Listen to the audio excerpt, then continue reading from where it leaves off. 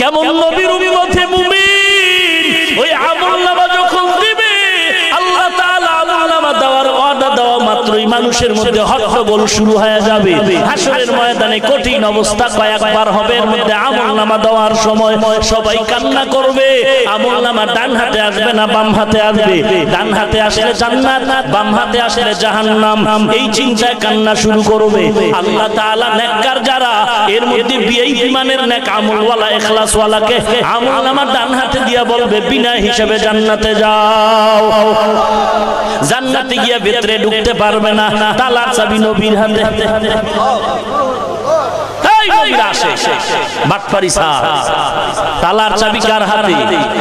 নবীর হাতে। নবী না যাওয়া পর্যন্ত জান্নাতের গেটের সামনে একটা বারান্দা আছে, ওয়েটিং রুম বলে। ওয়েটিং রুমে গিয়া সব জান্নাতীরা বসে থাকবে। মালিক চাবি না দেওয়া পর্যন্ত গেট খুলবে। ওই গেটের সামনে আর একটা কূপ আছে, আবে হায়াত নামের কূপ। ওখানে আল্লাহ প্রত্যেক জান্নাতীরে গোসল করাবেন। গোসল করা মাত্র দুনিয়ার সব রোগ শেষ। কালো মানুষ সাদা হয়ে যাবে, 80 বছরের মানুষগুলো সব যুবক যুবতী হয়ে যাবে। এরে নবীর উম্মত, নবী যাইতে কত দেরি। আমার নবী বলেন একটা উম্মত যদি জাহান্নামে থাকে আমি নবী জান্নাতে যাব না।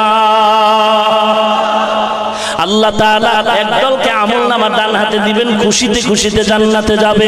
আর যাদেরকে আল্লাহ বাম হাতে আমলনামা দিবেন এরা নেককার না গুনাহগার? এই গুনাহগারদের ব্যাপারে আল্লাহ অর্ডার করবেন, ও ফেরেশতা এই বান্দাকে বুঝাবার জন্য কোরআন দিলাম, হাদিস দিলাম, নবী পাঠাইলাম, রাসূল পাঠাইলাম, কত উলামায়ে কেরাম দিয়া বয়ান দেওয়াইলাম। ওয়ারাসাতুল আম্বিয়া, এদের বয়ান শুনিয়াও বান্দা দাড়ি রাখে নাই, আযান শুনিয়াও নামাজ পড়ে নাই, মা বাবার হক আদায় করে নাই, সন্তানের হক আদায় করে নাই। এদেরকে এমনি ছেড়ে দিলে হবে না। এদের আমলনামা বাম হাতে দিব, তবে সোজা ভাবে দেওয়া হবে না। আল্লাহ অর্ডার করবে এই বেঈমান নাফরমানের মুখটা মাঝখান দিয়া ছিদ্র বানা দাও।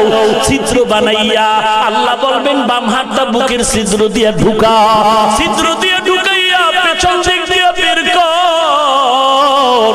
এরপরে বাম হাতে পেছনে আল্লাহ আমলনামা দিয়া বলবেন ইকরা কিতাবাকা কাফা বিনাফসিকাল ইয়াউমা আলাইকা হাসিবা। ওইরা দেখ জীবনে কোথায় কি অন্যায় করেছো। দুনিয়ার অপরাধ থেকে বাঁচতে পারো নাই, সিসি ক্যামেরা ধরে ফেলেছে। মোবাইলটা অন্যকে গালাগালি করে মোবাইল পানিতে ফালায়া দিছো। এমন যুগ এই জমিনে আসছে, প্রগতির যুগে উন্নতি হইয়া মিডিয়ার যুগে এমন কিছু পদ্ধতি বের করলো, তোর পানির মধ্যে সিমের নাম্বার বের করবে টাওয়ারের মাধ্যমে। কোথায় সিম রাখছো, কোন কথা বলছো, সব কথা তোর রেকর্ড হতে চলছে। পালাবার কোনো সুযোগ নাই। 5 বছর আগে অন্যায় করেছো, কোথায় অন্যায় করেছো তোর সবকিছু গোপন ক্যামেরায় ভিডিও হয়ে গেছে। ওরে নবীর উম্মতের দল, আল্লাহর সাথে গাদ্দারি কোন দিন কোথায় করেছো, কার বিরুদ্ধে কি পরিকল্পনা করেছো, আল্লাহর কুদরতের ক্যামেরায় থাকবে কি থাকবে না? পালাবার সুযোগ নাই। আল্লাহ যখন আমলনামা পেছনের হাতে দিবেন আর বলবেন পর, ফেরেশতারা বলবেন পড়বে কিভাবে? চোখ দুইটা তো সামনে, হাতটা হলো পেছনে, পড়ার উপায় নাই।